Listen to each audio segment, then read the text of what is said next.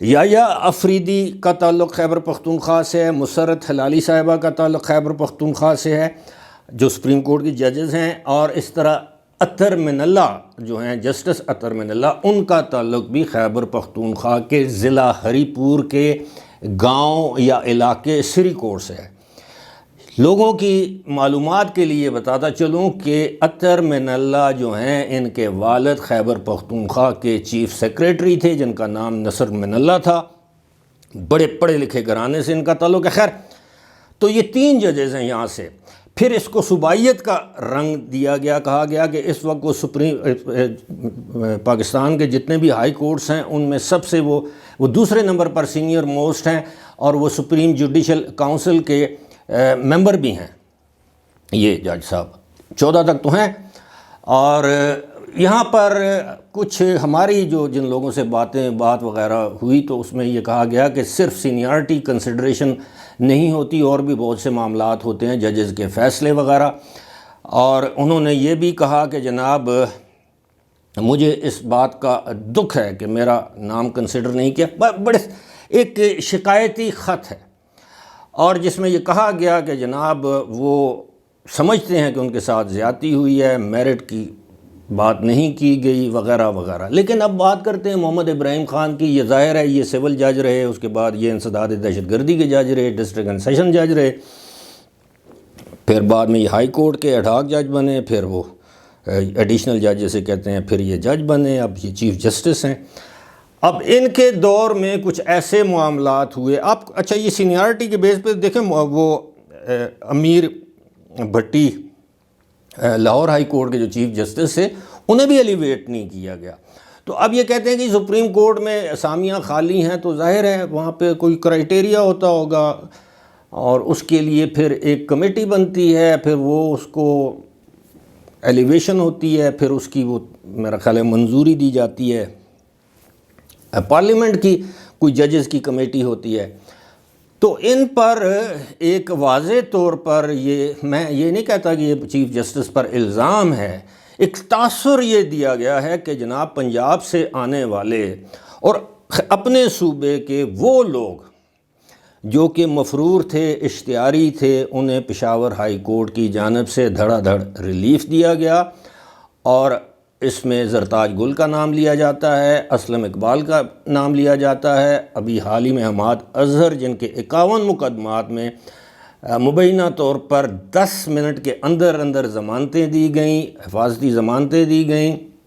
اس کے علاوہ یہ بھی کہا جاتا ہے کہ ان کا انتظار کیا جاتا رہا۔ اس کے علاوہ شبلی فراز، عمر ایوب، اعظم خان سواتی، مراد سعید، پتہ نہیں کون کون سے جو لوگ تھے جن کو ضمانتیں نہیں دی گئیں۔ اب ظاہر ہے کہ کچھ لوگ اب بھی یہ سمجھتے ہیں کہ عمران خان کے سہولت کار جو ہیں وہ ہائی کورٹس میں موجود ہیں۔ مجھے نہیں معلوم، لیکن لوگوں کا یہ کہنا ہے۔ اور دوسری بات یہ ہے کہ میں ذاتی طور پر سمجھتا ہوں کہ سیلف پریز از نو ریکمنڈیشن، یعنی آپ اپنی تعریف کر کے اپنے آپ کو کسی عہدے کے اہل ثابت نہیں کر سکتے۔ تعریف یہ آپ کی کارکردگی خود بولتی ہے، تعریف لوگ کرتے ہیں، اور پھر خود آپ کو ایلیویشن کے لیے وہ نامزد کرتے ہیں۔ میں خود اگر یہ کہنا شروع کر دوں کہ میرے جیسا لائق، فائق، قابل، ذہین، تجربہ کار جرنلسٹ کوئی بھی نہیں ہے، تو یہ میری خام خیالی، میری خوش گمانی، خوش فہمی تو ہو سکتی ہے، لیکن جب تک عوام مجھے اس قابل نہیں سمجھتے تو میری اپنی ذات کے حوالے سے میری اپنی تعریفیں کرنا کوئی معنی نہیں رکھتا۔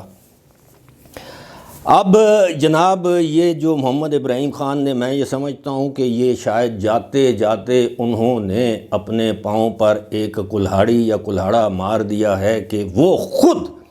بطور chief justice of high court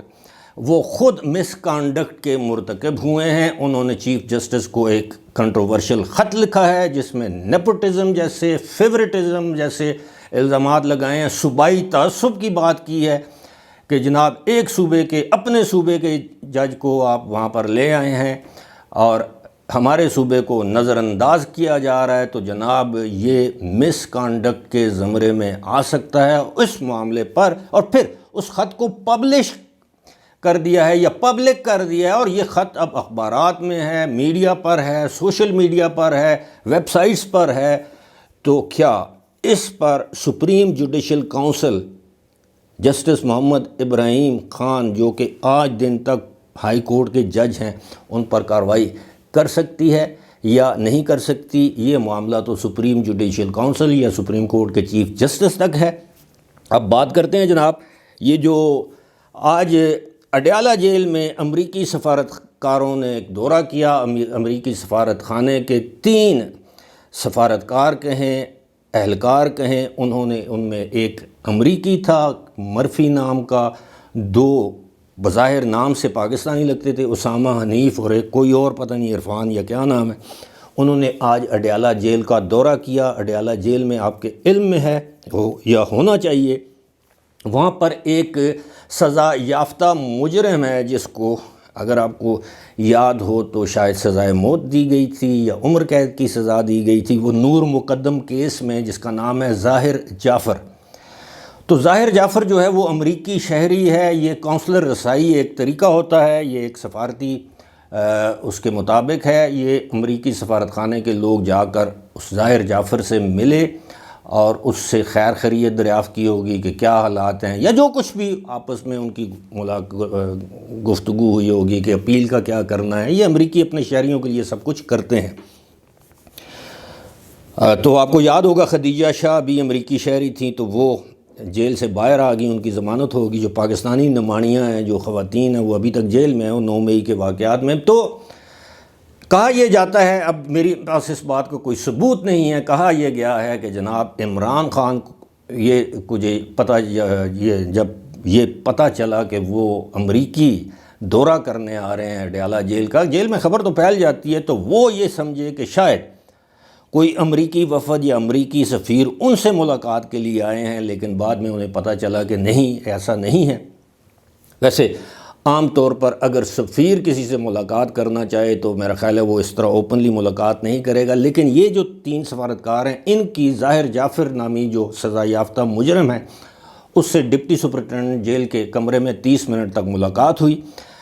لیکن میرا نہیں خیال کہ حکومت پاکستان فی الحال امریکی سفیر کو عمران خان سے ملاقات کرنے کی اجازت دے گی، یا سفارتی آداب کے مطابق امریکی سفیر اس کا تقاضا کر سکتے ہیں۔ فی الحال مجھے دیجیے اجازت، خدا حافظ۔